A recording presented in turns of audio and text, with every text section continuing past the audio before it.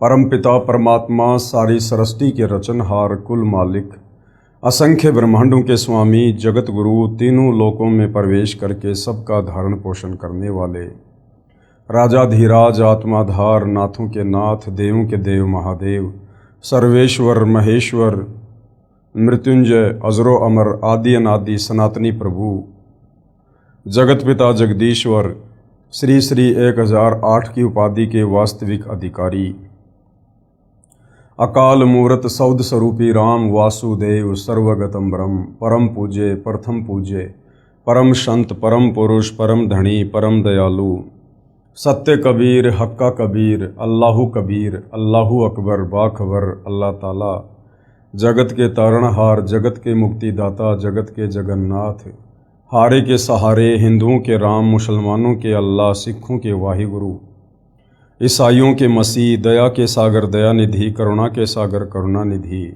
स्वयंभू परिभू संकट मोचन कष्टहरण मंगल करण दुख भंजन अविगत कबीर निर्विकार निर्विषम परमात्मा अलय अलेख सतगुरु आदि अनादि सतगुरु असली मर्यादा पुरुषोत्तम असली राम असली कृष्ण असली घनश्याम असली मुरारी राजाओं के राजा महाराजाओं के महाराजा शहंशाहों के शहंशाह सम्राटों के सम्राट भगवानों के भगवान अल्लाहों के अल्लाह प्रभुओं के प्रभु मसीहाओं के मसीह सच्चे वाहिगुरु बाबाओं के बाबा पीरों के पीर सेठों के सेठ जगत सेठ सावलसा सेठ सर्वगुण संपन्न अनंत कोटि कलाओं के स्वामी अनंत कोटि ब्रह्मांडों के नायक योगियों में महायोगी ध्यानियों में महाध्यानी सिद्धों में परम सिद्ध ज्ञानियों में तत्वज्ञानी ब्रह्म ज्ञानी महाज्ञानी परम ज्ञानी सर्वश्रेष्ठ ज्ञानी विज्ञानी युवा कबीर समर्थ कबीर असमवात अमित ओजा सच्चे रहनुमा करीम अल्लाह सुभान अल्लाह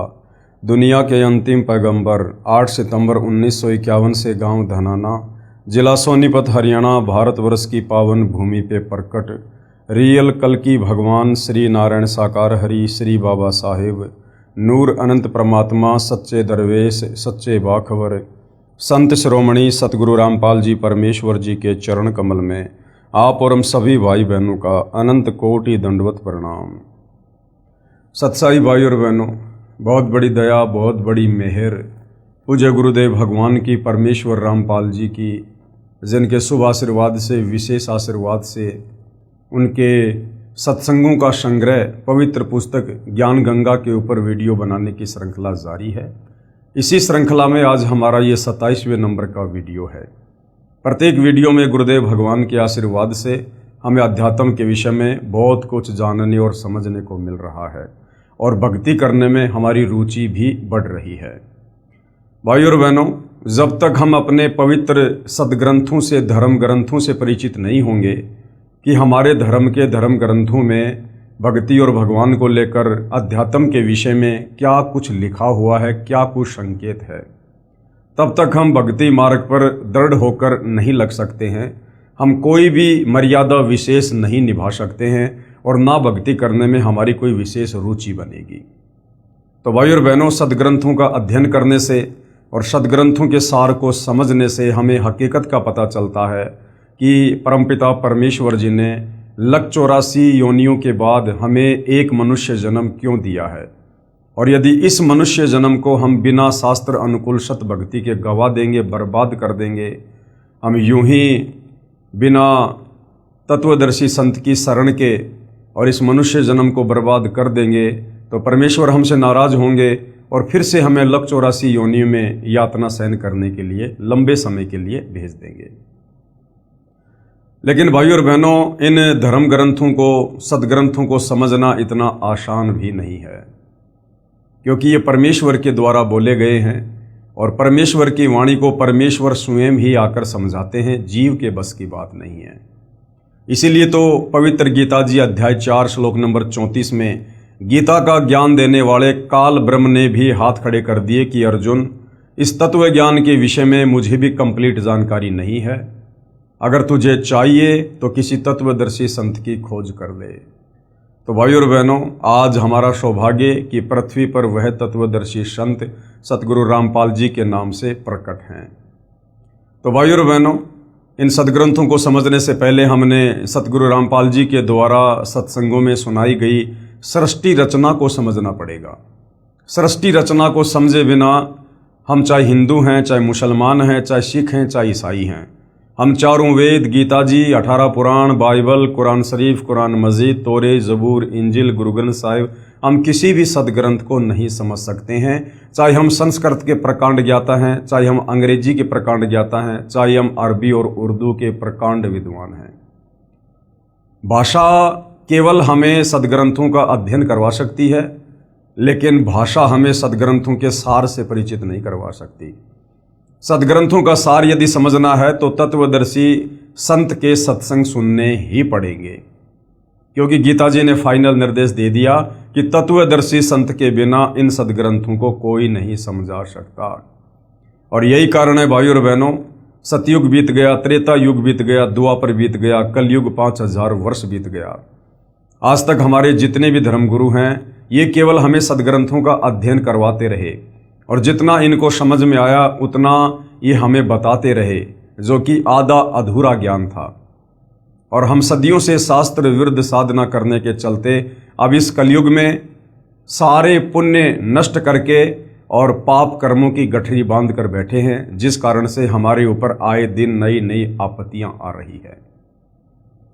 तो भाइयों और बहनों, यदि ये मनुष्य जन्म प्राप्त करके इस मनुष्य जन्म को भी सफल बनाना चाहते हैं और शरीर त्यागने के बाद पूर्ण मोक्ष प्राप्त करना चाहते हैं, तो भाइयों और बहनों, जगत गुरु तत्वदर्शी सतगुरु रामपाल जी की शरण के अलावा दूसरा धरती पर कोई विकल्प नहीं है। तो आप जी थोड़ा निष्पक्ष होकर धैर्य के साथ रुचि लेकर सतगुरु रामपाल जी के यूट्यूब पर सत्संग सुनिए। उनके द्वारा लिखित पुस्तकों को आप जी गूगल से डाउनलोड करके पढ़ सकते हैं। बाकी दूसरा अध्यात्म को समझने का कोई विकल्प नहीं है। तो इस पवित्र पुस्तक ज्ञान गंगा के ऊपर जो 26 वीडियो बन चुके हैं, आप जियों से प्रार्थना करूंगा आप जी प्रत्येक वीडियो को शुरुआत से अवश्य देखिए। और आज हमारा 27वें नंबर का वीडियो है। आज के वीडियो में हम जानेंगे कि गीता का सार क्या है। पिछले वीडियो में हमने गीता जी के सार के विषय में काफ़ी कुछ जाना। सबसे पहले तो हमने ये जाना कि वास्तव में श्री मद् भगवत गीता जी का ज्ञान किसने दिया। हम आज से पहले केवल यही समझ रहे थे कि श्री कृष्ण जी ने ज्ञान दिया। भाई और बहनों, श्री कृष्ण जी का तो केवल शरीर प्रयोग किया गया था। असल में ये जो 21 ब्रह्मांड का नकली भगवान है, ब्रह्म है, ज्योति निरंजन है, इसने श्री कृष्ण जी के शरीर में प्रेतवत प्रवेश करके और गीता जी का ज्ञान बोला। क्यों बोला? जब आप सृष्टि रचना पढ़ोगे तो पता चलेगा कि इसको प्रतिदिन पूर्ण ब्रह्म परमेश्वर कबीर साहिब जी के द्वारा 1 लाख मानव शरीरधारी आत्माओं के सूक्ष्म शरीर से निकली गंध खाने का श्राप लगा हुआ है। तो इसने आप और हमें यहाँ पर मरवाना ही मरवाना है, वो चाहे युद्ध के माध्यम से हो, चाहे बीमारी के माध्यम से हो, चाहे प्राकृतिक आपदाओं के माध्यम से हो। इसलिए इसने अपने भोजन के लिए श्री कृष्ण जी के शरीर में प्रेत की तरह प्रवेश करके गीता जी का ज्ञान बोला। अर्जुन को अपना विराट काल रूप दिखाकर डराया और जबरदस्ती अर्जुन से युद्ध करवाया। तो गीता जी का ज्ञान इस काल ने बोला है। और गीता जी का ज्ञान देते समय ये जो काल ब्रह्म है, ये अध्याय 7 श्लोक नंबर 12 से 15 में 3 गुणों की भक्ति करने के लिए मना करता है कि जो व्यक्ति तीनों गुणों की भक्ति करते हैं वो राक्षस स्वभाव को धारण किए हुए मनुष्यों में नीच दूषित कर्म करने वाले मूर्ख लोग हैं। तो भाइयों और बहनों, ये 3 गुण क्या हैं जिनकी भक्ति करने के लिए ये काल मना कर रहा है? वैसे तो मोटा मोटा आप सबको पता है कि ये 3 गुण ब्रह्मा विष्णु महेश हैं, जो इस काल के ही पुत्र हैं। और इन तीनों की भक्ति करने के लिए इनका पिता काल ब्रह्म मना कर रहा है। तो आप और हमें कैसे विश्वास हो? क्योंकि गीता जी अध्याय 7 श्लोक नंबर 12 से 15 में डायरेक्ट ब्रह्मा विष्णु महेश जी का नाम तो नहीं लिखा हुआ है, केवल 3 गुण लिखा हुआ है, त्रिगुण माया। तो भाई और बहनों, हिंदू धर्म के और बहुत सारे सदग्रंथ हैं जिनसे आज हम समझेंगे कि वास्तव में 3 गुण क्या हैं। क्या ब्रह्मा विष्णु महेश ही 3 गुण हैं? क्या यही 3 देवता हैं? क्या यही 3 गुण हैं? तो भाई और बहनों, अब हम चलते हैं पवित्र पुस्तक ज्ञान गंगा के अंदर जो कि परम पूज्य परमेश्वर सतगुरु रामपाल जी के सत्संगों का संग्रह है और भक्तों के द्वारा इसको लिखा गया है। तो ये है पवित्र पुस्तक ज्ञान गंगा, आप जियों के सामने है। आज हम समझेंगे तीनों गुण क्या हैं प्रमाण सहित। तीनों गुण, रजगुण ब्रह्मा जी हैं, सतगुण विष्णु जी हैं और तमगुण शिव जी हैं। ब्रह्म यानी काल, जो ब्रह्मा विष्णु महेश का पिता है, दुर्गा का पति है। ब्रह्म यानी काल तथा प्रकृति, प्रकृति दुर्गा को कहते हैं।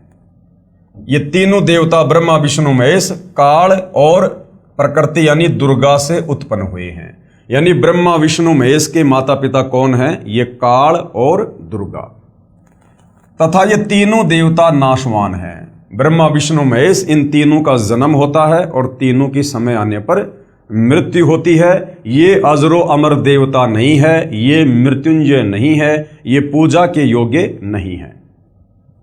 अब इसका प्रमाण देखना पड़ेगा भाइयों और बहनों, वरना हम विश्वास नहीं कर पाएंगे। तो हमारे ही पवित्र सदग्रंथों में इन सब का बाकायदा प्रमाण है। गीता प्रेस गोरखपुर से प्रकाशित श्री शिव महापुराण, जिसके संपादक हैं श्री हनुमान प्रसाद पोदार, इसके पेज नंबर 110 पर अध्याय 9 रुद्र संहिता। इस प्रकार क्या लिखा हुआ इसमें? इस प्रकार ब्रह्मा विष्णु तथा शिव तीनों देवताओं में गुण हैं, परंतु शिव कौन? ये काल ब्रह्म। देखो यहां पर तीन देवता आ गए, ब्रह्मा विष्णु शिव, एक शिव यहां आ गया और एक शिव और आ गया, परंतु शिव यानी काल ब्रह्म गुणातीत है। ये शिव कौन है? ये काल है। ये अपने तीनों पुत्रों का रूप धारण करके और ये अपना खेल खेलता है। ये अपने ओरिजिनल काल रूप में किसी को भी दर्शन नहीं देता है। ये आपने गीता जी में पढ़ लिया कि अर्जुन, मैंने तेरे ऊपर प्रसन्न होकर अपना ये विराट रूप दिखाया, काल रूप, अन्यथा किसी भी जप से तप से कोई भी मेरे इस रूप के दर्शन नहीं कर सकता। क्योंकि सृष्टि रचना में आपने पढ़ा कि इसको कबीर परमेश्वर की तरफ से एक श्राप लगा हुआ है, प्रतिदिन 1 लाख आत्माओं के आहार करने का। तो इसने ये प्रतिज्ञा कर रखी है कि मैं अपने ओरिजिनल काल रूप में किसी को दर्शन नहीं दूंगा, और अपने तीनों पुत्र ब्रह्मा विष्णु महेश के माध्यम से यहाँ पर आप और हमारी ये खेती करता है अपने भोजन के लिए। तो यहाँ पर ये कभी अपने पुत्र शिव के रूप में प्रकट हो जाता है, कभी ब्रह्मा के रूप में, कभी विष्णु के रूप में। इस प्रकार ब्रह्मा विष्णु तथा शिव तीनों देवताओं में गुण हैं, परंतु शिव ये चौथा, शिव यानी काल ब्रह्म, ये गुणातीत है, यानी ये इनसे अलग रहता है। दूसरा प्रमाण, अब हम चलते हैं दूसरे प्रमाण पर। दूसरा प्रमाण गीता प्रेस गोरखपुर से प्रकाशित श्री मद देवी भागवत पुराण, जिसके संपादक हैं श्री हनुमान प्रसाद पोदार, चिमन लाल गोस्वामी, तीसरा स्कंद अध्याय 5 पेज नंबर 123। अब यहां पर क्या लिखा हुआ है? भगवान विष्णु ने दुर्गा की स्तुति की, कहा कि मैं विष्णु ब्रह्मा तथा शंकर तुम्हारी कृपा से विद्यमान हैं। हमारा तो आविर्भाव यानी जन्म तथा तिरोभाव यानी मृत्यु होती है। विष्णु जी कह रहे हैं कि हे माता दुर्गा, हम तीनों देवता आप ही के आशीर्वाद से हैं और हम तीनों का तो जन्म और मृत्यु होती है। हम नित्य यानी अविनाशी नहीं हैं, तुम ही नित्य हो। क्योंकि ब्रह्मा विष्णु महेश को केवल इतना ही ज्ञान है, इनको भी तत्व ज्ञान नहीं है, कंप्लीट सृष्टि रचना का ज्ञान नहीं है, इसलिए ये दुर्गा से ऊपर और किसी को नहीं जानते, नहीं पहचानते। तुम ही नित्य हो यानी अविनाशी हो, जगत जननी हो यानी सारे संसार को रचने वाली तुम ही हो, प्रकृति और सनातनी देवी हो। भगवान शंकर ने कहा, उसके बाद में शंकर जी क्या कह रहे हैं दुर्गा जी को, यदि भगवान ब्रह्मा तथा भगवान विष्णु तुम्ही से उत्पन्न हुए हैं, तो उनके बाद उत्पन्न होने वाला मैं तमोगुणी लीला करने वाला शंकर क्या तुम्हारी संतान नहीं हुआ? अर्थात मुझे भी उत्पन्न करने वाली तुम ही हो। शंकर जी कह रहे हैं कि हे माता जी, जब ब्रह्मा जी आपसे उत्पन्न हुए, आपके पुत्र हैं, विष्णु जी आपसे उत्पन्न हुए, आपके पुत्र हैं, तो फिर मैं तमोगुणी लीला करने वाला शंकर क्या तुम्हारा पुत्र नहीं हुआ? अर्थात मैं भी तुम्हारा ही बेटा हूं, तुम ही से उत्पन्न हुआ हूं, अर्थात मुझे भी उत्पन्न करने वाली तुम ही हो। तो सिद्ध हो गया भाइयों और बहनों कि ब्रह्मा विष्णु महेश की मां कौन है? ये दुर्गा। इस संसार की सृष्टि, स्थिति तथा संहार में तुम्हारे गुण सदा समर्थ हैं। विष्णु जी कह रहे हैं कि माता, ब्रह्मा जी को जो रजोगुण की शक्ति मिली हुई है और मुझे जो शतोगुण की शक्ति प्राप्त है और शंकर जी को तमोगुण की शक्ति प्राप्त है, ये आप ही के आशीर्वाद से है। आपके आशीर्वाद के बिना हम कुछ भी नहीं कर सकते। इन्हीं तीनों गुणों से उत्पन्न हम, गीता जी अध्याय 7 श्लोक नंबर 12 से 15 में जिन तीन गुणों की बात कही गई है, रज, सत और तम, त्रिगुणी माया, यहां पर ये खुद स्वीकार कर रहे हैं। विष्णु जी क्या कह रहे हैं? इन्हीं तीनों गुणों से उत्पन्न रजगुण, सतगुण, तमगुण से ब्रह्मा, विष्णु तथा शंकर नियमानुसार कार्य में तत्पर रहते हैं। उपरोक्त यह विवरण केवल हिंदी में अनुवादित श्री देवी महापुराण से है, जिसमें कुछ तथ्यों को छुपाया गया है। इसलिए यही प्रमाण देखें श्रीमद् देवी भागवत महापुराण, सभाष्टिकम, शैमात्यम, खेमराज श्री कृष्णदास प्रकाशन बंबई। इसमें संस्कृत सहित हिंदी अनुवाद किया है। तीसरा स्कंद अध्याय 4 पृष्ठ 10 श्लोक 42। अब देखिएगा भाइयों और बहनों, ब्रह्मा जी क्या कह रहे हैं? अहम महेश्वर फिलते प्रभावत्रे वे जनी युतान यता तू नित्या के अन्य सुरा शतमख प्रमुखा च नित्या नित्या तमेव जननी प्रकृति पुराणा। अब क्या हिंदी अनुवाद है? विष्णु जी ने कहा, हे मात यानी हे मां दुर्गा, ब्रह्मा, मैं तथा शिव तुम्हारे ही प्रभाव से जन्मवान हैं, नित्य नहीं है। हम तीनों अविनाशी नहीं हैं, अर्थात हम अविनाशी नहीं हैं। फिर अन्य इंद्रादि दूसरे देवता किस प्रकार नित्य हो सकते हैं? कि माता जी, जब हम तीनों ब्रह्मा विष्णु महेश ही अविनाशी नहीं हैं, हमारा भी जन्म और मृत्यु होता है, तो फिर अन्य ये जो इंद्र हैं और अन्य देवी देवता हैं, फिर ये किस प्रकार अविनाशी हो सकते हैं? तुम ही अविनाशी हो। हम सर्व की जननी, हम सब की जननी, हम तीनों की, ब्रह्मा विष्णु महेश की माँ, अर्थात उत्पन्न करने वाली माता हो, प्रकृति तथा सनातनी देवी हो। प्रकृति दुर्गा को कहते हैं। उसके बाद पेज नंबर 11 से 12 अध्याय 5 श्लोक 8। यदि दया द्रमना न सदा अंबिके कथ अहम विहित च तमोगुण कमल जय रजोगुण संभव सुविहित किमु शतोगुणो हरि। अनुवाद है, भगवान शंकर बोले, हे मात, यदि हमारे ऊपर आप दया युक्त हो तो मुझे तमोगुण क्यों बनाया? और कमल से उत्पन्न ब्रह्मा को रजोगुण किस लिए बनाया? तथा विष्णु को शतोगुण क्यों बनाया?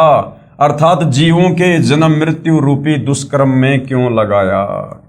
भाइयों और बहनों, हमने ये समझना है कि गीता अध्याय 7 श्लोक नंबर 12 से 15 में गीता का ज्ञानदाता ये काल ब्रह्म जिन तीन गुणों की भक्ति करने के लिए मना कर रहा है, वो तीन गुण क्या हैं?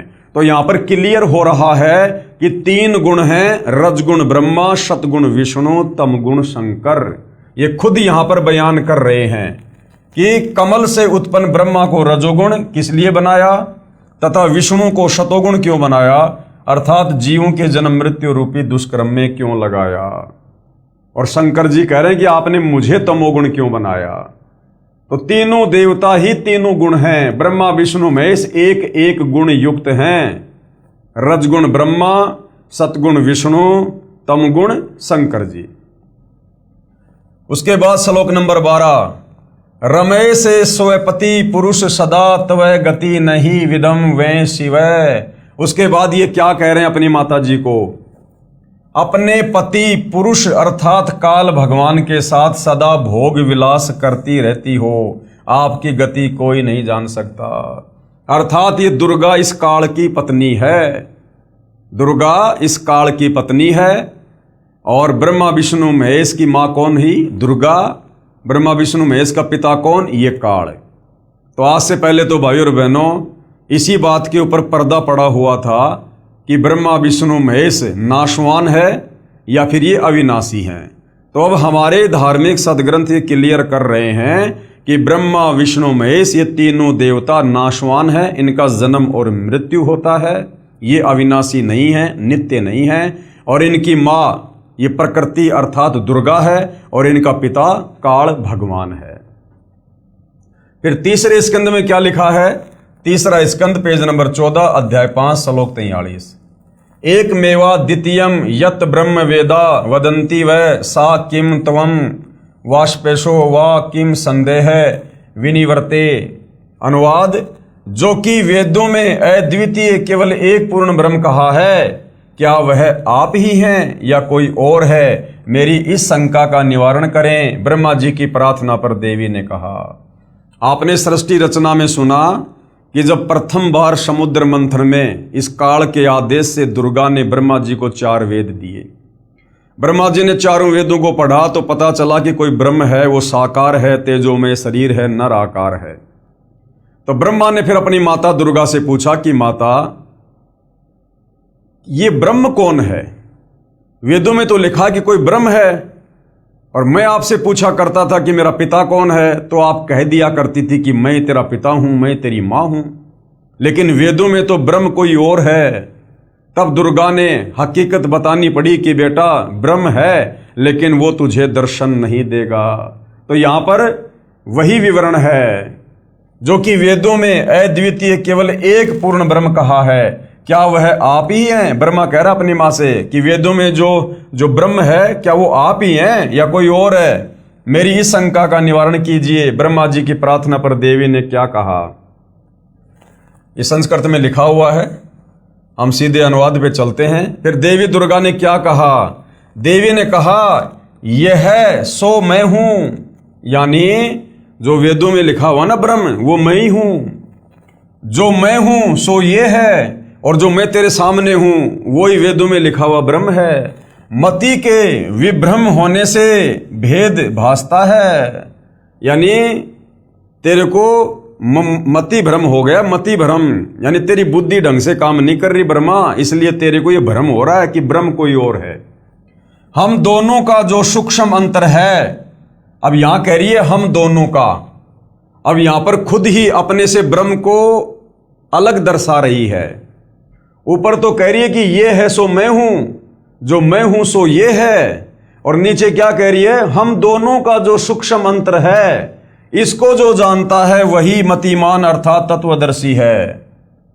नीचे खुद ही साबित कर रही है कि हां मैं अलग हूं और ब्रह्म अलग है, और कह रही है कि हम दोनों का जो सूक्ष्म अंतर है, यानी मुझे दुर्गा को और ब्रह्म यानी काल को जो दो अलग अलग साबित कर देगा, समझना वही तत्वदर्शी संत है।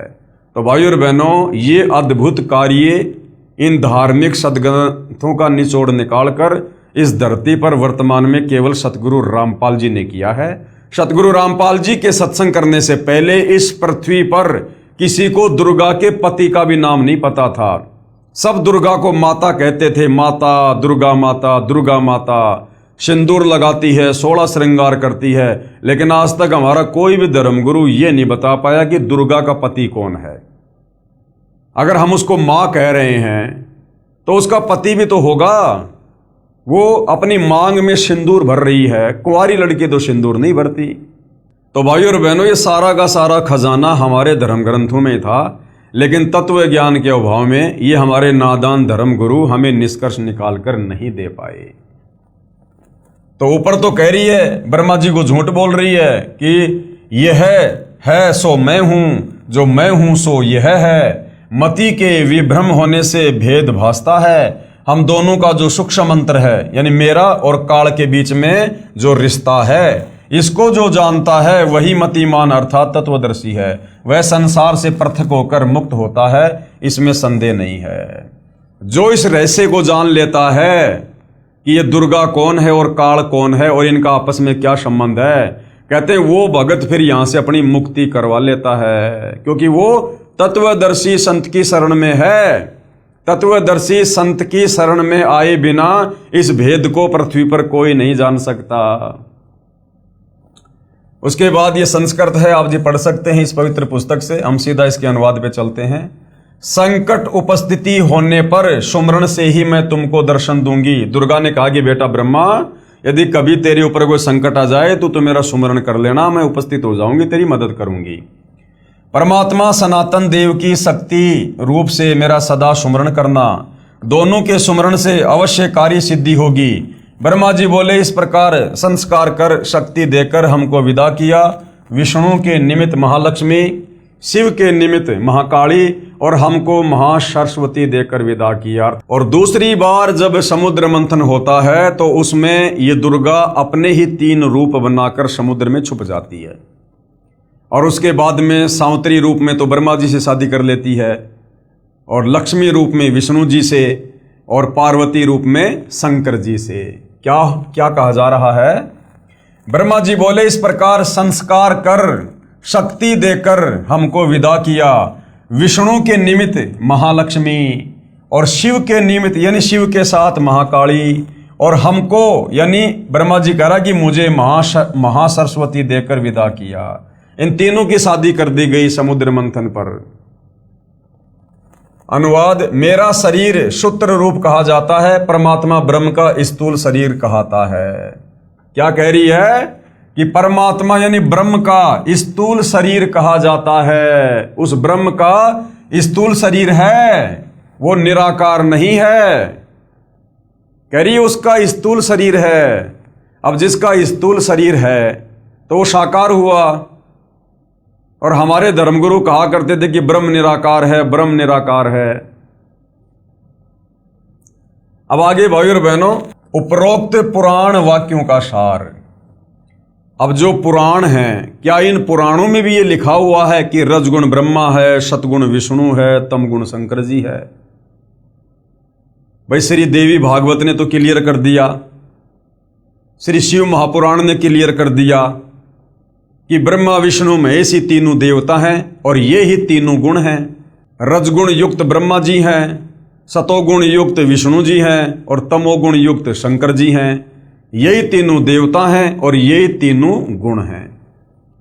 अब यदि हमारे इन पुराणों में भी इस बात का कोई प्रमाण मिल जाए कि वास्तव में ब्रह्मा विष्णु महेश ही एक एक गुण युक्त हैं, तो भाइयों और बहनों फिर गीता जी अध्याय 7 श्लोक नंबर 12 से 15 को पढ़ने में बड़ी आसानी होगी। उपरोक्त पुराण वाक्यों का सार स्पष्ट हुआ कि श्री ब्रह्मा जी रजगुण है, श्री विष्णु जी सतगुण है तथा श्री शिव जी तमगुण है। और ये तीनों भगवान नाशवान हैं, इनका जन्म और मृत्यु होता है तीनों का, ब्रह्मा विष्णु महेश का, तथा इनका जन्म मृत्यु होता है। और दुर्गा को प्रकृति भी कहा जाता है, दुर्गा को प्रकृति भी कहते हैं। और दुर्गा का पति ब्रह्म यानी क्षर पुरुष ये काल है, और ये उसके साथ में पति पत्नी व्यवहार यानी रमण विलास करती रहती है। दुर्गा तथा ब्रह्म दोनों स्थूल शरीर में यानी आकार में हैं, निराकार नहीं हैं। ये श्री शिव महापुराण और देवी महापुराण ने बिल्कुल क्लियर कर दिया। यही प्रमाण गीता अध्याय 14 श्लोक नंबर 3 से 5 में है। गीता ज्ञान दाता ब्रह्म यानी क्षर पुरुष ये काल कह रहा है कि ये प्रकृति अर्थात दुर्गा तो मेरी पत्नी है, मैं इसकी योनि अर्थात गर्भाधान स्थान में बीज स्थापना करता हूं, अर्थात पति पत्नी व्यवहार करता हूं, जिससे सर्व प्राणियों की उत्पत्ति होती है। मैं सर्व यानी 21 ब्रह्मांड के प्राणियों का पिता हूं। कौन कह रहा है? ये काल, ये ब्रह्म। गीता अध्याय 14 श्लोक नंबर 3 से 5 में बिल्कुल क्लियर कर रहा है ये क्षर पुरुष, ये ब्रह्म, ये काल, कि दुर्गा मेरी पत्नी है और दुर्गा के गर्भाधान में मैं बीज स्थापित करता हूं, अर्थात पति पत्नी व्यवहार से जीवों की उत्पत्ति करता हूं, जिससे सर्व प्राणियों की उत्पत्ति होती है। मैं यानी ब्रह्म काल सर्व 21 ब्रह्मांड के प्राणियों का पिता हूं, तथा प्रकृति यानी दुर्गा अष्टंगी सबकी माता है। इसी दुर्गा यानी प्रकृति अष्टंगी से उत्पन्न तीनों गुण रजगुण ब्रह्मा, सतगुण विष्णु तथा तमगुण शिव अन्य प्राणियों को कर्मों के बंधन में बांधते हैं। सृष्टि रचना में हमें गुरुदेव भगवान ने यही तो बताया कि दुर्गा से तीनों पुत्र ब्रह्मा विष्णु महेश की उत्पत्ति करके और उसके बाद काल ने दुर्गा से कहा कि दुर्गा, अब मैं किसी को भी अपने ओरिजिनल काल रूप में दर्शन नहीं दूंगा, और तीनों पुत्रों को मैंने एक एक गुण युक्त कर दिया है। अब इनके माध्यम से तू आगे सृष्टि की शुरुआत कर, जीव उत्पत्ति का कार्य कर, क्योंकि मुझे रोजाना 1,00,000 मानव शरीरधारी आत्माओं के सूक्ष्म शरीर से निकली वासना खाने का श्राप लगा हुआ है। इसलिए ये काल दुर्गा के माध्यम से हम सभी प्राणियों को, तीनों लोकों के प्राणियों को, ये ब्रह्मा विष्णु महेश के माध्यम से कर्मों के बंधन में बांध के रखता है। अब बताइए भाइयों और बहनों, जो ब्रह्मा विष्णु महेश अपने पिता काल ब्रह्म की खुराक तैयार करने के लिए आप और हमें कर्म बंधन में बांध के रखे हुए हैं, फंसा के रखे हुए हैं, और हम इन्हीं ब्रह्मा विष्णु महेश की पूजा करके सोच रहे हैं कि मेरा मोक्ष होगा, मेरा उद्धार होगा। कसाई बकरे और बकरियां ला रहा है काटने के लिए, और वो बकरे और बकरियां उस कसाई को अपना मालिक समझकर उसको प्यार से चाट रहे हैं। तो भैया बताओ फिर कैसे बात बनेगी? आगे देखिएगा, त्रिगुण माया यानी रजगुण ब्रह्मा जी, सतगुण विष्णु जी तथा तमगुण शिव जी, ये क्या है? ये त्रिगुण माया है। त्रिगुण माया जीव को मुक्त नहीं होने देते। ये ब्रह्मा विष्णु महेश, ये हम जीवों को काल के 21 ब्रह्मांड से मुक्त नहीं होने देते हैं, और मूर्ख जन समुदाय इन्हीं को परमात्मा मानकर पूजा में लगा हुआ है। इसलिए गीता 7 अध्याय 12 से 15 में इस काल ने इन तीनों देवताओं रजगुण ब्रह्मा, सतगुण विष्णु, तमगुण शंकर जी की भक्ति करने वालों को 4 गालियां दी हैं। त्रिगुण माया यानी 3 गुण, रजगुण सतगुण तमगुण। रजगुण कौन है? ब्रह्मा जी। सतगुण कौन है? विष्णु जी। और तमगुण कौन है? शंकर जी। जीव को मुक्त नहीं होने देते। पवित्र गीता जी के अध्याय 7 श्लोक नंबर 1 व 2 में ब्रह्म कह रहा है, ये काल कह रहा है कि अर्जुन, अब तुझे वह ज्ञान सुनाऊंगा जिसके जानने के बाद और कुछ जानना बाकी नहीं रह जाता। गीता अध्याय 7 श्लोक 12, गीता ज्ञानदाता ये ब्रह्म, ये काल कह रहा है कि तीनों गुणों से जो कुछ हो रहा है, अब समझ में आ गया होगा तीनों गुण कौन है? रजगुण ब्रह्मा, सतगुण विष्णु, तमगुण शंकर जी। तो गीता अध्याय 7 श्लोक नंबर 12 में ब्रह्मा विष्णु महेश का पिता ये काल खुद कह रहा है कि इन तीनों गुणों से, अर्थात इन तीनों देवताओं से, ब्रह्मा विष्णु महेश से जो कुछ हो रहा है वह मुझसे ही हुआ जान, क्योंकि सारा सब कुछ 21वें ब्रह्मांड में बैठकर ये काल ही इनमें प्रेरणा करके करवा रहा है अपने भोजन के लिए। जैसे रजगुण ब्रह्मा से उत्पत्ति करवाता है, सतगुण विष्णु से पालन पोषण स्थिति तथा तमगुण शिव से ये प्रलय अर्थात संहार कारण काल भगवान ही है। इन तीनों देवताओं के माध्यम से जो भी कुछ हो रहा है इसका मुख्य कारण कौन है? ये काल। फिर कहा है कि मैं इनमें नहीं हूं, क्योंकि काल बहुत दूर 21वें ब्रह्मांड में निज लोक में रहता है।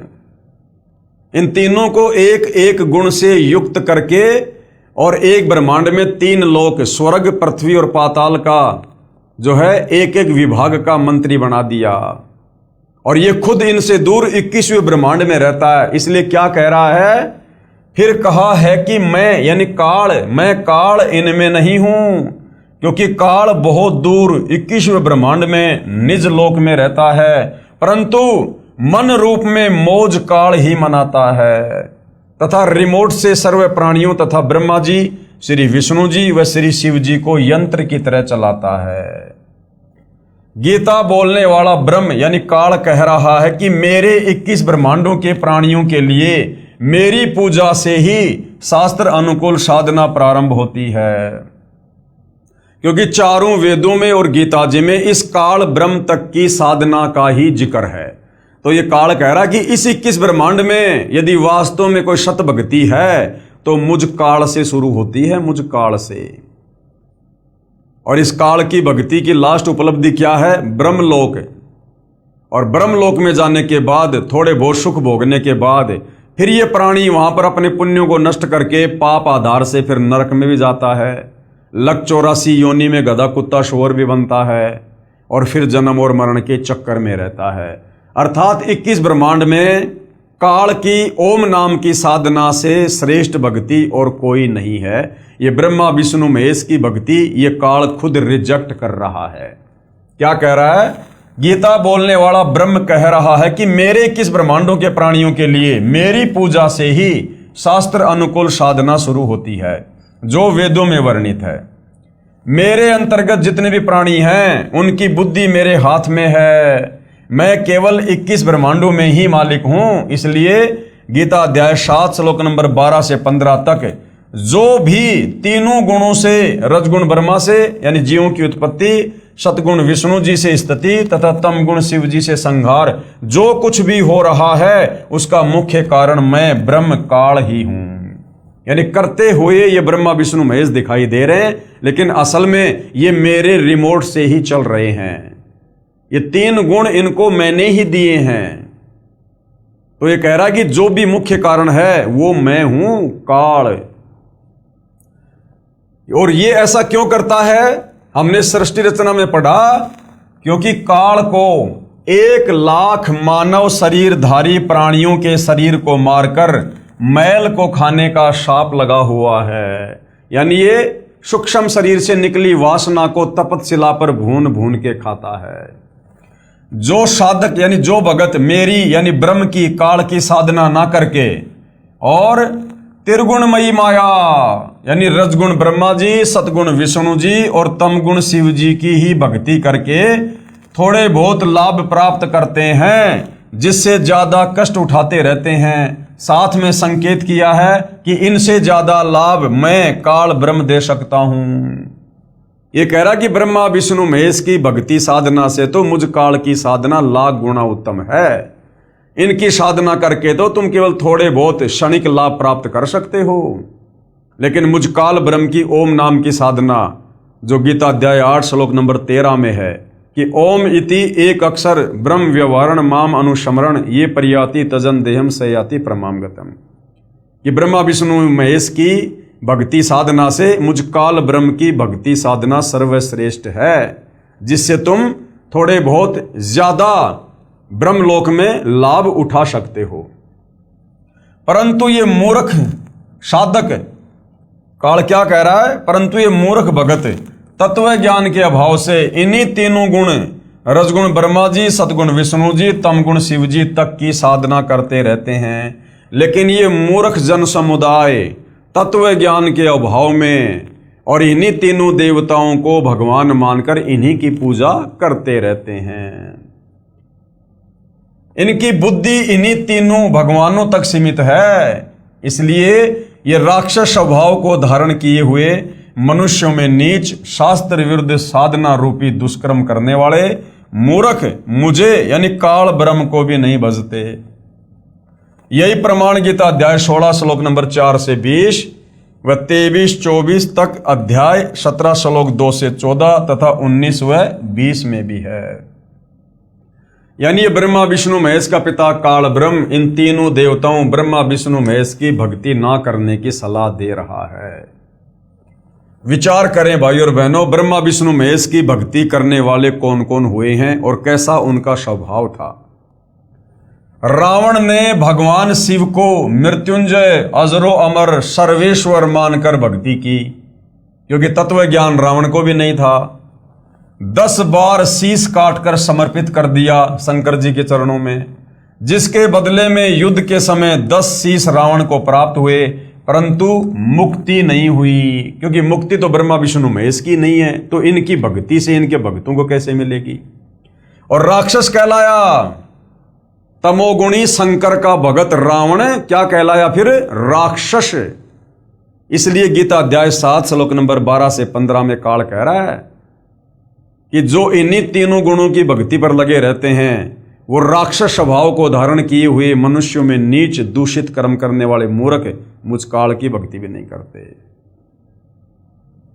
ये दोष रावण के गुरुदेव का है, जिस नादान नीम हकीम गुरु ने वेदों को ठीक से ना समझकर अपनी सोच से और तमोगुण युक्त भगवान शंकर को ही पूर्ण परमात्मा बताया तथा भोली आत्मा रावण ने झूठे गुरुदेव पर विश्वास करके जीवन व अपने कुल का नाश किया।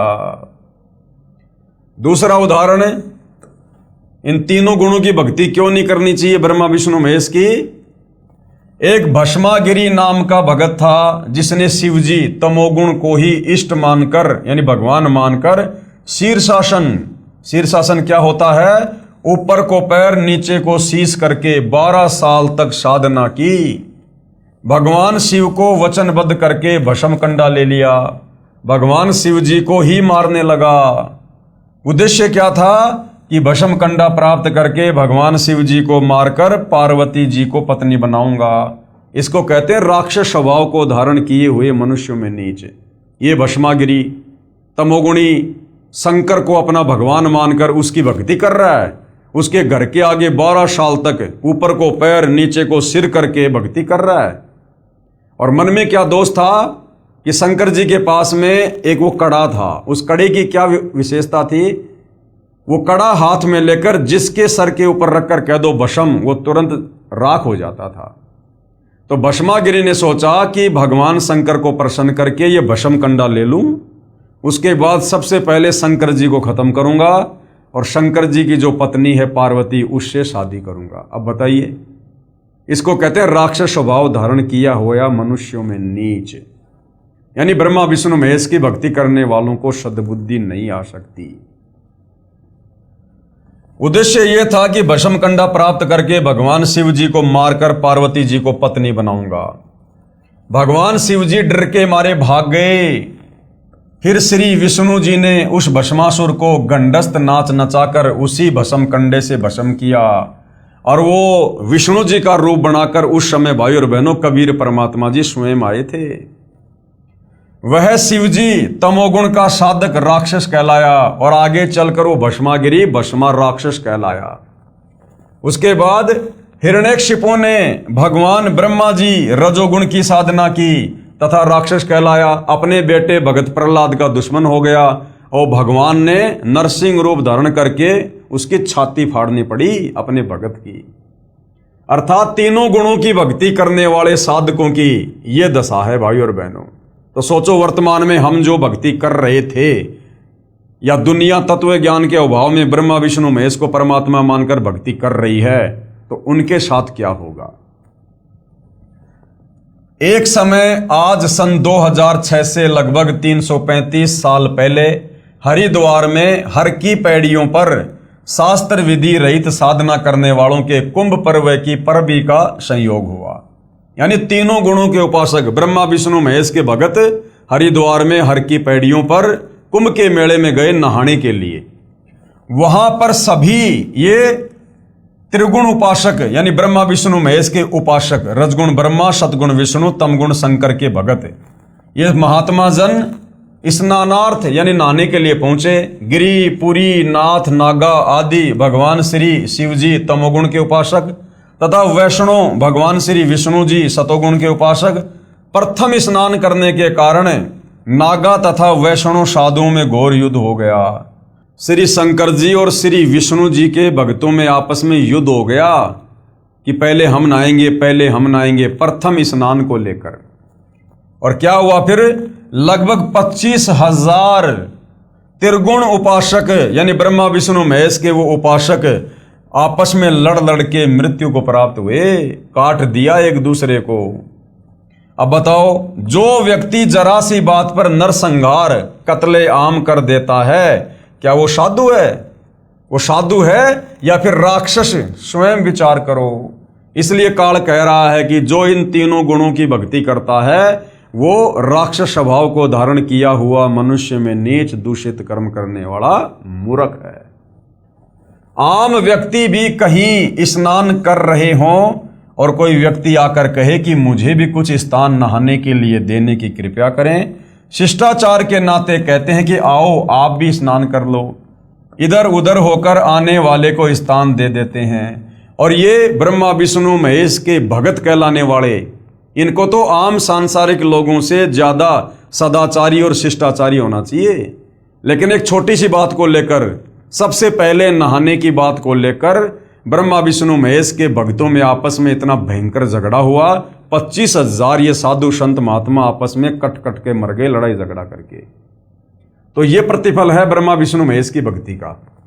इसलिए पवित्र गीता जी अध्याय 7 श्लोक 12 से 15 में कहा है कि जिनका मेरी त्रिगुणमयी माया यानी रजगुण ब्रह्मा जी, सतगुण विष्णु जी और तमगुण शिव जी की पूजा के द्वारा ज्ञान हरा जा चुका है, वे केवल मान बढ़ाई के भूखे राक्षस स्वभाव को धारण किए हुए मनुष्यों में नीच अर्थात आम व्यक्ति से भी नीचे गिरे हुए स्वभाव वाले और दुष्कर्म करने वाले मूर्ख मेरी भक्ति भी नहीं करते। काल कह रहा है कि मेरी भक्ति भी नहीं करते, कह रहा है कि ब्रह्मा विष्णु महेश से अच्छा तो मेरी भक्ति कर लो, थोड़े बहुत लाभ तो ठीक ठाक मिल जाएंगे।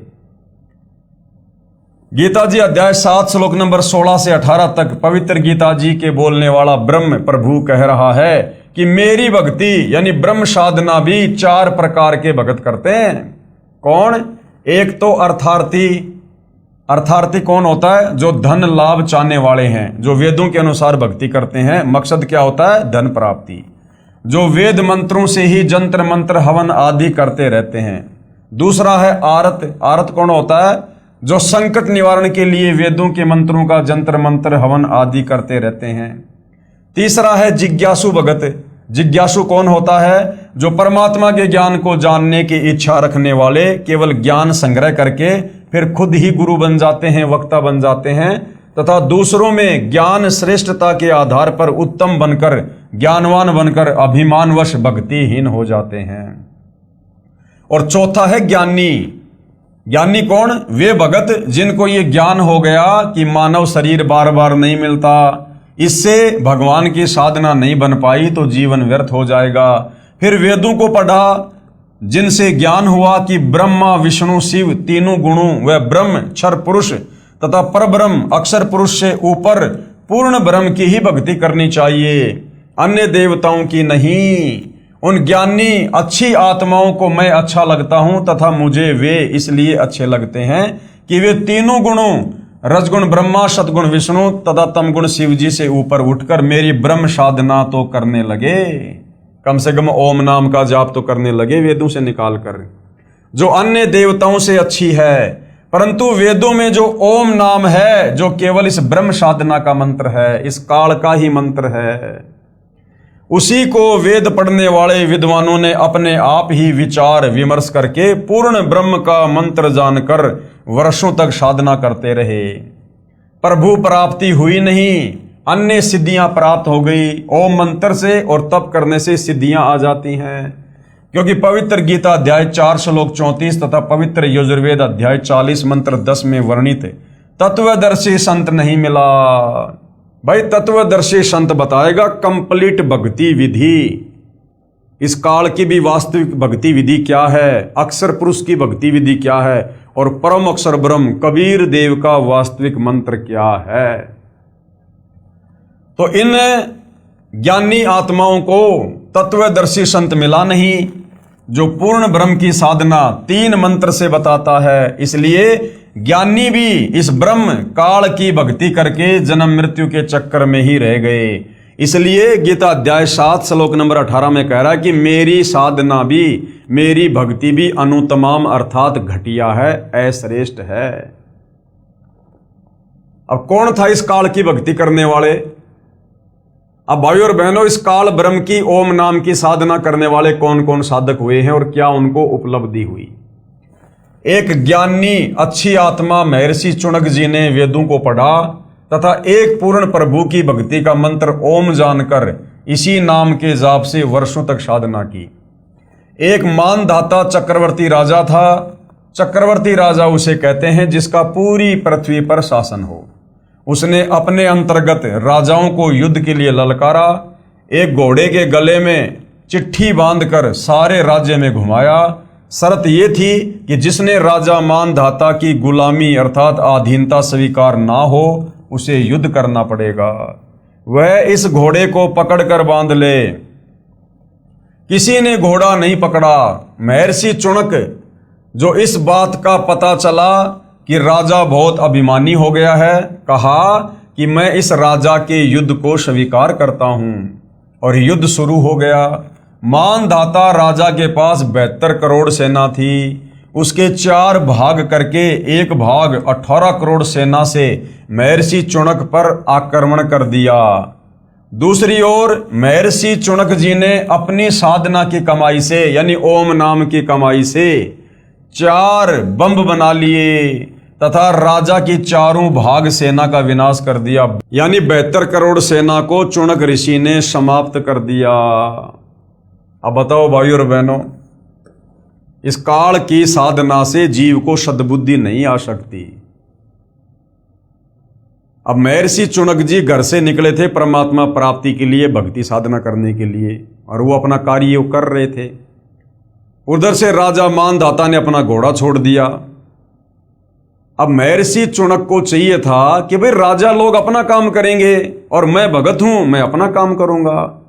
बीच में टांग नहीं अड़ानी चाहिए थी, लेकिन बीच में ये टांग जबरदस्ती इस काल ने चुनक ऋषि में प्रेरणा करके अड़वा दी। क्योंकि जब तक हम तत्वदर्शी संत की शरण में नहीं होंगे तब तक हम इस काल के अधीन रहते हैं। हमारी बुद्धि का रिमोट, चाहे ब्रह्मा विष्णु महेश है, चाहे कोई बहुत बड़ा कोई सिद्ध है, चाहे महात्मा है, उन सब की बुद्धि का रिमोट इस काल बलि के हाथ में होता है। जब चाहे जिसकी बुद्धि ऑन कर दे, जब चाहे जिसकी बुद्धि ऑफ कर दे। और जब हम तत्वदर्शी संत की शरण में आ जाते हैं उसके बाद ये काल हमारे से 100 कदम दूर रहता है। फिर ऐसी दुर्भावना, ऐसा अहंकार, ऐसी मान बढ़ाई भगत के ऊपर नहीं छाती है। विशेष श्री ब्रह्मा जी, श्री विष्णु जी, श्री शिव जी तथा ब्रह्म व परब्रह्म की भक्ति से पाप तथा पुण्य दोनों का फल भोगना पड़ेगा। पुण्य तो स्वर्ग में तथा पाप नरक में। फिर 84 लाख प्राणियों के शरीर में नाना यातनाएं भोगनी पड़ती हैं। जैसे ज्ञानी आत्मा श्री चुनक जी ने जो ओम नाम के जाप की कमाई की, उससे कुछ तो सिद्धि शक्ति यानी 4 वो पुतलियां बनाकर, एटम बम बनाकर वो समाप्त कर दी सेना को मार के, जिससे महर्षि कहलाया। कुछ साधना फल को यानी थोड़ी बहुत साधना उसकी बची ओम नाम की, तो महास्वर्ग में भोग कर फिर नरक में जाएगा तथा फिर 84 लाख प्राणियों के शरीर धारण करके कष्ट पर कष्ट सहन करेगा। जो 72 करोड़ प्राणियों यानी सैनिकों का संहार वचन से किया था उसका भोग भी भोगना होगा। अब वो चुनक ऋषि फिर क्या बनेगा? कुत्ता। उसके सर में कीड़े पड़ेंगे। वो कीड़े कौन होंगे? वो 72 करोड़ सेना। तो काल तक की साधना का ये फल है, उसका भोग भी भोगना होगा। चाहे कोई हथियार से हत्या कर दे, चाहे वचन रूपी तलवार से, दोनों को समान दंड भगवान देता है। जब उस महर्षि चुनक जी का जीव 184 योनि भोगते भोगते जब वो कुत्ते के शरीर में होगा, उसके सिर में जख्म होगा, उसमें कीड़े बनकर उन सैनिकों के जीव अपना प्रतिशोध लेंगे। कभी टांग टूटेगी, कभी पिछले पैरों से अर्धंग होकर केवल अगले पैरों से घिसड़ कर चलेगा तथा गर्मी सर्दी का कष्ट, असहनीय पीड़ा नाना प्रकार से भोगनी ही पड़ेगी। अब भाई और बहनों, इस प्रकार का कष्ट इस काल तक की साधना में यहाँ पर 21 ब्रह्मांड में बना ही रहेगा, जब तक हमें तत्वदर्शी संत और उनके द्वारा शास्त्र अनुकूल भक्ति साधना नहीं मिलेगी। इसलिए पवित्र गीता जी बोलने वाला ब्रह्म यानी काल, गीता अध्याय 7 श्लोक नंबर 18 में स्वयं कह रहा है कि ये सब ज्ञानी आत्माएं हैं, ये है तो अच्छी, उदार, नेक, परंतु पूर्ण परमात्मा की 3 मंत्र की वास्तविक साधना बताने वाला तत्वदर्शी संत ना मिलने के कारण ये सब मेरी ही अनुतमाम यानी अति अश्रेष्ठ गति की आस में ही आश्रित रहे। यानी भगत हैं तो बेचारे बहुत अच्छे, जो घर से निकले थे परमात्मा प्राप्ति के लिए और इन्होंने वेदों को पढ़ा। अब वेदों में भाई और बहनों जानकारी तो है परमात्मा की, लेकिन भक्ति का मंत्र है इस काल का। तो इन नादानों ने सोचा कि ये ओम नाम का मंत्र पूर्ण परमात्मा का ही है। इन्होंने जी जान लगा दी लेकिन ये तो काल का मंत्र है। अंत में काल के लोक में पहुंच गए, वहाँ थोड़े बहुत दिन महास्वर्ग में रहते हैं, उसके बाद फिर लक 84 योनि में, फिर नरक में, फिर जन्म और मरण के चक्कर में। तो इस प्रकार से काल की साधना भी घटिया है, अनुतमाम है। ये खुद गीता अध्याय 7 श्लोक नंबर 18 में स्वयं ही कह रहा है। अर्थात मेरी साधना भी अश्रेष्ठ है। इसलिए पवित्र गीता जी अध्याय 18 श्लोक 62 में कहा है। अब इस काल ब्रह्म ने खुद की साधना को तो घटिया बता दिया, फिर सही साधना क्या है, श्रेष्ठ साधना क्या है, उसके विषय में ये खुद गीता अध्याय 18 श्लोक 62 में क्या कह रहा है कि हे अर्जुन, तू सर्व भाव से यानी और सारी पूजा छोड़ दे और उस परमात्मा की शरण में चला जा जिसकी कृपया से ही तू परम शांति तथा सनातन परम धाम यानी सतलोक को प्राप्त होगा। अब भैया उसकी जानकारी केवल तत्वदर्शी संत के पास है। तो वर्तमान में पूर्ण ब्रह्म परमात्मा कबीर साहिब की वो 3 मंत्र वाली कंप्लीट साधना वर्तमान में सतगुरु रामपाल जी परमेश्वर जी के पास है, जिसके विषय में गीता अध्याय 17 श्लोक नंबर 23 में कहा है, ओम तत् सत इति निर्देश ब्रह्मण त्रिविध समर्थ। पवित्र गीता जी को श्री कृष्ण जी के शरीर में प्रेतवत प्रवेश करके ब्रह्म अर्थात काल ने बोला।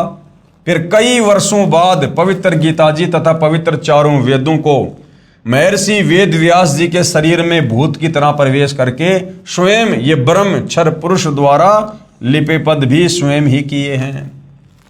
इनमें परमात्मा कैसा है, कैसे उसकी भक्ति करनी है तथा क्या उपलब्धि होगी, ज्ञान तो पूर्ण वर्णन है, परंतु पूजा की विधि यानी जो मंत्र हैं वो केवल इस ब्रह्म क्षर पुरुष काल तक के हैं, अर्थात ज्योति निरंजन काल तक की ही है।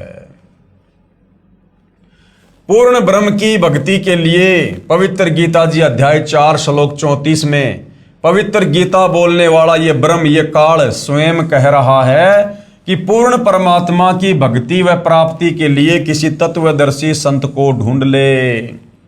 तो भाई और बहनों, आज आप और हमारा परम सौभाग्य है, परम सौभाग्य कि आज वो तत्वदर्शी संत धरती पर प्रकट है और उस तत्वदर्शी संत की भूमिका खुद कबीर परमेश्वर ही निभाता है। तो क्या कह रहा है कि पूर्ण परमात्मा की भक्ति व प्राप्ति के लिए किसी तत्वदर्शी संत को ढूंढ ले, फिर जैसे वह विधि बताए वैसे ही कर। पवित्र गीता जी को बोलने वाला प्रभु यानी काल कह रहा है कि पूर्ण परमात्मा का पूर्ण ज्ञान व भक्ति विधि मैं नहीं जानता। अपनी साधना के बारे में गीता अध्याय 8 के श्लोक 13 में कहा है कि मेरी भक्ति का तो केवल एक ओम अक्षर है, जिसका उच्चारण करके यानी ओम ओम करके अंतिम श्वास तक जाप करने से मेरी वाली परम गति को प्राप्त होगा। कहाँ? ब्रह्मलोक में जाएगा। ब्रह्मलोक से फिर वापस जन्म मरण में आएगा, लक 84 में नरक में। फिर गीता अध्याय 7 श्लोक 18 में कहा है कि जिन प्रभु चाहने वाली आत्माओं को तत्वदर्शी संत नहीं मिला तो पूर्ण ब्रह्म की साधना जानता हो, जो पूर्ण ब्रह्म की साधना जानता हो, इसलिए वे उदार आत्माएं मेरे वाली अनुतमाम यानी घटिया अति अनुत्तम परम गति में ही आश्रित हैं। यानी तत्वदर्शी संत के अभाव में वो अच्छी आत्माएं जो वेदों से ओम नाम को निकाल कर जाप कर रही हैं, वो तत्वदर्शी संत की शरण के अभाव में मेरी ही घटिया साधना कर रही हैं, परमात्मा की साधना जानकर। पवित्र गीता जी बोलने वाला प्रभु यानी काल स्वयं कह रहा है कि मेरी साधना से होने वाली गति अर्थात मुक्ति भी अति अश्रेष्ठ है, घटिया है। अध्याय 7 श्लोक नंबर 18 में। इसके बाद भाई और बहनों, अन्य देवताओं रजगुण ब्रह्मा जी, सतगुण विष्णु जी, तमगुण शिव जी की पूजा अनजान ही करते हैं। यानी जिनको तत्व ज्ञान नहीं है, आध्यात्मिक ज्ञान नहीं है, वो नादान लोग ही ब्रह्मा विष्णु महेश यानी तीनों गुणों की भक्ति करते हैं। अध्याय 7 के श्लोक 20 में कहा है कि जिसका संबंध अध्याय 7 के श्लोक 15 से लगातार है। श्लोक 15 में कहा है कि त्रिगुणमयी माया जो रजगुण ब्रह्मा जी, सतगुण विष्णु जी, तमगुण शिव जी की पूजा तक सीमित है तथा इन्हीं से प्राप्त क्षणिक सुख के द्वारा जिनका ज्ञान हरा जा चुका है, ऐसे असुर स्वभाव को धारण किए हुए नीच व्यक्ति, दुष्कर्म करने वाले मूर्ख मुझे भी नहीं बसते। कौन कह रहा है? ये काल। फिर गीता अध्याय 7 के श्लोक 20 में उन भोगों की कामना के कारण जिनका ज्ञान हरा जा चुका है, वे अपने स्वभाववश प्रेरित होकर अज्ञान अंधकार वाले नियम के आश्रित अन्य देवताओं को पूजते हैं। अध्याय 7 के श्लोक 21 में कहा है कि जो जो भगत जिस जिस देवता के स्वरूप को श्रद्धा से पूजना चाहता है, उस भगत की श्रद्धा को मैं उसी देवता के प्रति स्थिर करता हूं। अध्याय 7 के श्लोक नंबर 22 में यह काल कह रहा है कि वह जिस श्रद्धा से युक्त होकर जिस देवता का पूजन करता है, क्योंकि उस देवता से मेरे द्वारा ही विधान किए हुए कुछ इच्छित भोगों को प्राप्त करते हैं। जैसे मुख्यमंत्री कहे कि नीचे के अधिकारी मेरे ही नौकर हैं, मैंने उनको कुछ अधिकार दे रखे हैं जो उनके यानी अधिकारियों के ही आश्रित है, वह लाभ भी मेरे द्वारा ही दिया जाता है, परंतु पूर्ण लाभ वो अधिकारी नहीं दे सकते। अध्याय 7 के श्लोक 23 में वर्णन है कि परंतु उन मंद बुद्धि वालों का वह फल नाशवान होता है। देवताओं को पूजने वाले देवताओं को प्राप्त होते हैं, यानी देवताओं के लोक में चले जाएंगे, वहां पर थोड़े बहुत समय के लिए कोई गण बन जाएंगे, उनके नौकर बन जाएंगे। मद भगत मतावलंबी, जो वेदों में वर्णित भक्ति विधि अनुसार भक्ति करने वाले भगत भी मुझको प्राप्त होते हैं, यानी ओम नाम की साधना करने वाले मुझ काल को प्राप्त होते हैं, अर्थात काल के जाल से कोई बाहर नहीं निकलता। यानी भाइयों और बहनों, ये काल कह रहा है कि जो व्यक्ति मेरी भक्ति ना करके और इन अन्य देवी देवताओं की भक्ति पर लगे हुए हैं, उन मूर्खों को ये नहीं पता कि उन देवी देवताओं की भक्ति करने के चलते जो थोड़े बहुत सुख यानी लाभ उनको प्राप्त होते हैं, जैसे थोड़े बहुत समय के लिए स्वर्ग में चला गया, फिर नरक में, छोटे मोटे काम यहां पर हो गए सिद्ध, तो ये काल कह रहा कि वो लाभ भी मेरी शक्ति से ही उन भक्तों को मिल रहे हैं। जिस प्रकार गांव का सरपंच है और गांव का सरपंच गांव वालों को कुछ अच्छे कार्य करके कोई धर्मशाला बनवा दे, कोई रोड बनवा दे, कोई नाली को पक्की करवा दे, कोई ट्यूबवेल लगा दे, वो गांव वालों को थोड़े बहुत कुछ लाभ दे रहा है, लेकिन वो सरपंच वो लाभ नहीं दे सकता जो लाभ मुख्यमंत्री दे सकता है। और गांव वाले केवल सरपंच के ही पीछे लग रहे हैं और किसी को जानते नहीं, मानते नहीं कि सरपंच ही हमारा मुख्यमंत्री है, हमारा सब कुछ है। तो फिर मुख्यमंत्री कहे कि उन नादान, उन मूर्ख गांव वालों को यह पता ही नहीं है कि उस सरपंच से ज्यादा लाभ तो यदि वो डायरेक्ट मेरे से संपर्क करें तो मैं दे सकता हूं, अन्यथा सरपंच से जो लाभ प्राप्त हो रहा है वो भी मेरे द्वारा, मेरे सिस्टम से ही हो रहा है, वो सरपंच कुछ भी देने में सक्षम नहीं है। तो इसी प्रकार ये काल कह रहा है कि इस तत्व ज्ञान को अच्छे से ना समझकर और जो मेरी भी भक्ति नहीं करते हैं और केवल ये ब्रह्मा विष्णु महेश से नीचे देवी देवताओं की भक्ति में लगे रहते हैं, तो देवी देवताओं की भक्ति से वो सुख, वो लाभ नहीं हो सकता जो मुझ काल ब्रह्म की ओम नाम की साधना से मिल सकता है। और वो देवी देवताओं की साधना से थोड़े बहुत जो लाभ मिल रहे हैं, ये काल कह रहा कि वो भी मेरे आशीर्वाद से मिल रहे हैं, वो भी मैंने ही विधान बना रखा है। कहने का मतलब है, अगर किसी को 21 ब्रह्मांड में ही रहना है, इस काल के लोक में ही रहना है, और यदि गधा कुत्ता सुअर भी बनना है, नरक में भी जाना है, जन्म मरण के चक्कर में भी रहना है और रहना 21 ब्रह्मांड में ही है, तो काल कह रहा कि नादानो फिर क्यों ना मेरी ओम नाम की साधना करो। बार बार तो नरक में नहीं जाओगे, बार बार तो तपस्या पे नहीं जाओगे, काफी लंबे समय तक मेरी ओम नाम की साधना से मैं तुम्हें ब्रह्मलोक में रखूंगा, मां स्वर्ग में रखूंगा, लेकिन अंत में जाना फिर पड़ेगा तुम्हारे को जन्म मरण में, लक 84 में, नरक में। विशेष अध्याय 7 के श्लोक 20 से 23 में कहा है कि वे जो भी साधना किसी भी पितर की, भूत की, देवी देवताओं आदि की पूजा स्वभाववश करते हैं, जैसे हम श्राद्ध निकालते हैं तो श्राद्ध निकालना ये भूतों की पूजा है। मैं ब्रह्म काल ही उन मंद बुद्धि लोगों भक्तों को उसी देवता के प्रति आसक्त करता हूं। वे नादान भगत देवताओं से जो लाभ पाते हैं, मैंने काल ने ही देवताओं को कुछ शक्ति दे रखी है, उसी के आधार पर उनके यानी देवताओं के पुजारी देवताओं को प्राप्त हो जाएंगे। लेकिन रहेंगे काल के जाल में। परंतु उन मंदबुद्धि भक्तों की वह पूजा 84 लाख योनियों में शीघ्र ले जाने वाली है। यानी ज्यादा समय तक वो स्वर्ग में नहीं रह सकते। देवी देवताओं की पूजा करने वाले स्वर्ग में अपना पुण्य भोग के फिर तुरंत लक 84 में चले जाएंगे। तथा जो मुझे यानी काल को भजते हैं वे तपतशिला पर फिर मेरे महास्वर्ग ब्रह्मलोक में चले जाएंगे और उसके बाद जन्म मरण में ही सदा रहेंगे। मोक्ष प्राप्त नहीं होगा। 21 ब्रह्मांड से बाहर नहीं निकल सकते काल की ओम नाम की साधना करते करते। भावार्थ है कि देवी देवताओं व ब्रह्मा विष्णु शिव तथा माता से भगवान ब्रह्म की साधना अधिक लाभदायक है। यानी ब्रह्मा विष्णु महेश दुर्गा और नीचे के देवी देवताओं से इस काल की ओम नाम की भक्ति अच्छी है। यानी लंबे समय तक महास्वर्ग में रहोगे, ब्रह्मलोक में रहोगे, लेकिन आना फिर पड़ेगा। भले ही महास्वर्ग में गए भगत का स्वर्ग समय 1 महाकल्प तक भी हो सकता है, परंतु महास्वर्ग में शुभ कर्मों का सुख भोग कर फिर नरक तथा अन्य प्राणियों के शरीर में कष्ट बना रहेगा। पूर्ण मोक्ष नहीं, अर्थात कालजाल से मुक्ति नहीं। अब भाइयों और बहनों, और प्रमाण हमारे धर्मशास्त्रों में, पवित्र गीता व पवित्र वेदों में अन्य देवताओं की पूजा तथा पितृ पूजा, श्राद्ध निकालना तथा भूत पूजा, अस्थियां उठाना अर्थात फूल उठाना, पिंड भरवाना, मंडियों की पूजा करना मना किया है। पवित्र चारों वेदों अनुसार साधना का परिणाम केवल स्वर्ग महास्वर्ग प्राप्ति, मुक्ति नहीं। यानी चारों वेदों के अनुसार हम जो साधना करेंगे, चारों वेदों में जानकारी तो है कबीर परमेश्वर की, पूर्ण ब्रह्म की, लेकिन भक्ति का मंत्र केवल ओम है और ये ओम है इस काल का।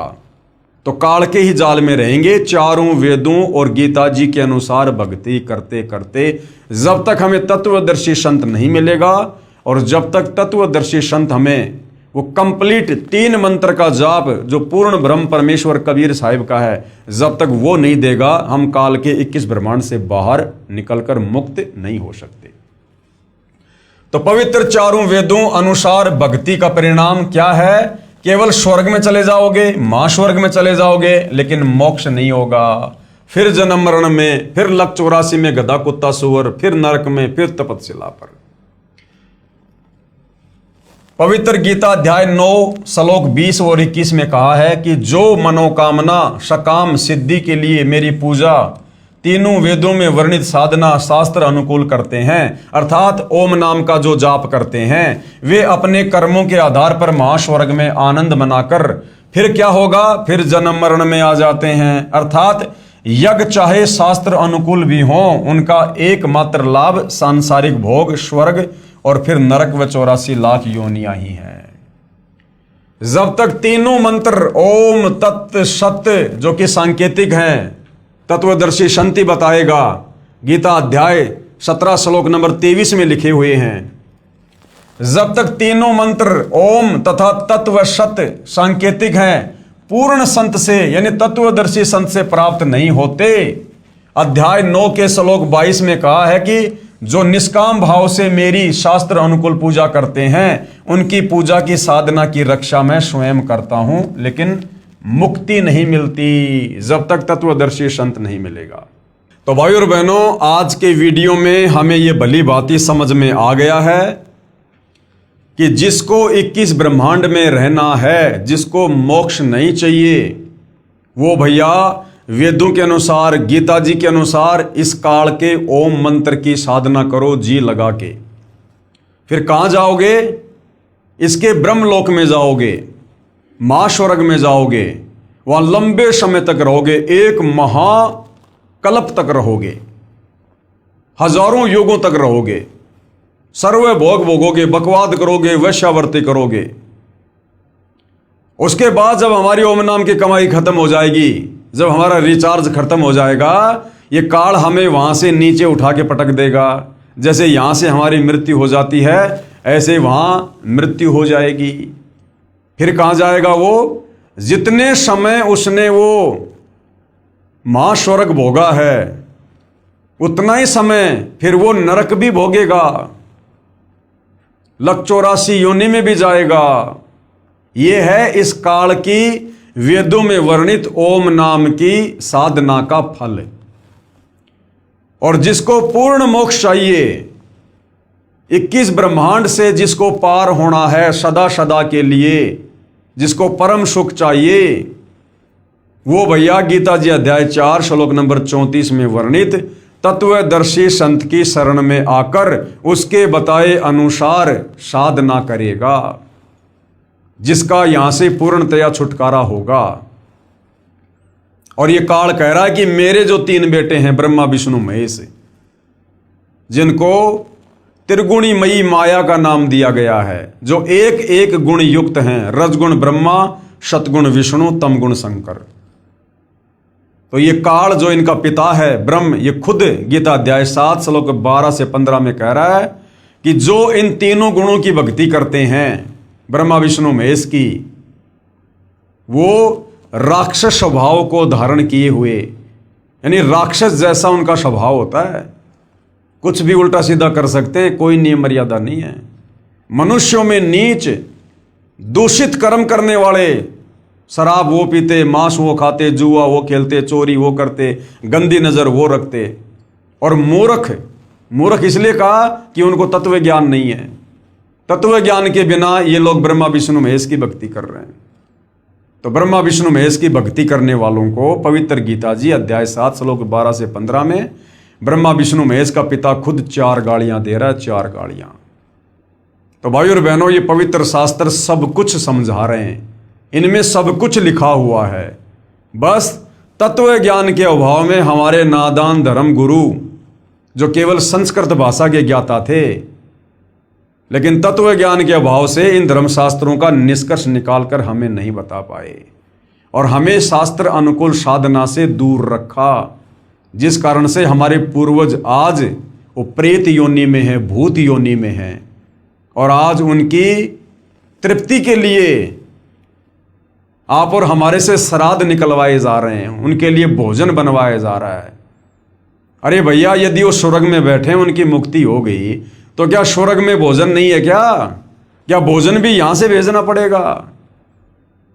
और साल में 16 दिन श्राद्ध निकाल के क्या उनकी 365 दिन की भूख समाप्त हो जाएगी क्या? ये भी हमारे को मूर्ख बना रखा है।